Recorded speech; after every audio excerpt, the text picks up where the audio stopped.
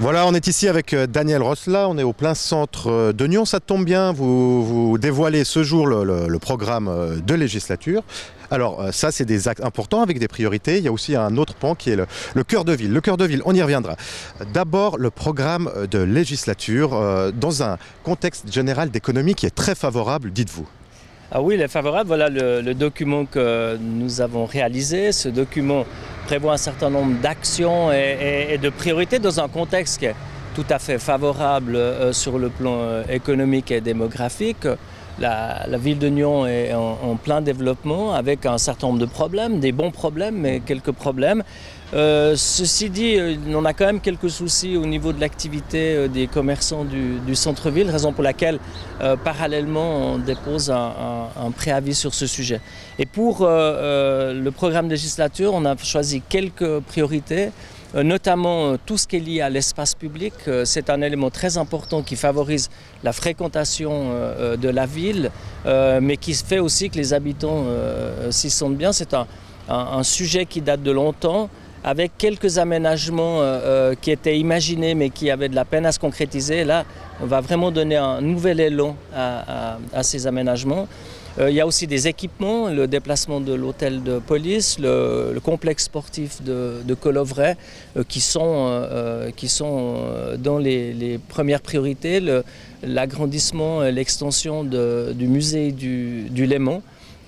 Qui fait également partie des priorités. Daniel Rosla, un sujet qui importe beaucoup aux Nyonnais, c'est ce centre sportif étendu à Colovray, cette halle multisport. Jusqu'à présent, on attendait un partenariat avec l'UEFA, on attendait la construction d'un centre de congrès de l'UEFA pour construire en même temps cette halle multisport. C'est plus tout à fait le cas maintenant, la donne a changé. On en est où dans ce projet ? Alors maintenant, il reste deux variantes. Une avec l'implantation telle qu'elle avait été prévue à l'origine au nord de la route, avec le programme tel qu'il avait été défini il y a quelques années, 2000 spectateurs possibles, avec des salles qui permettraient d'accueillir des sports comme le basketball, le volley, le handball et quelques autres.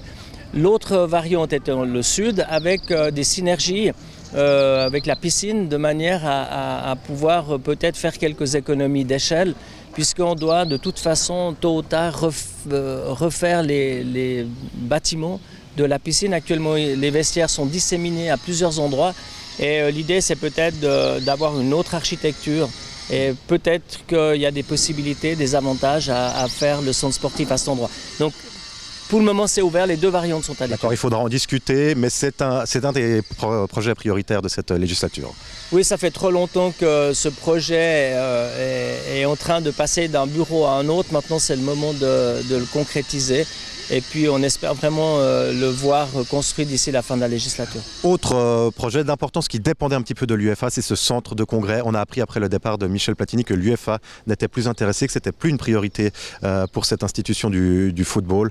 Désormais, il faut repartir de zéro avec un nouveau projet qui serait plutôt à côté de la place Pertan à Ustéry.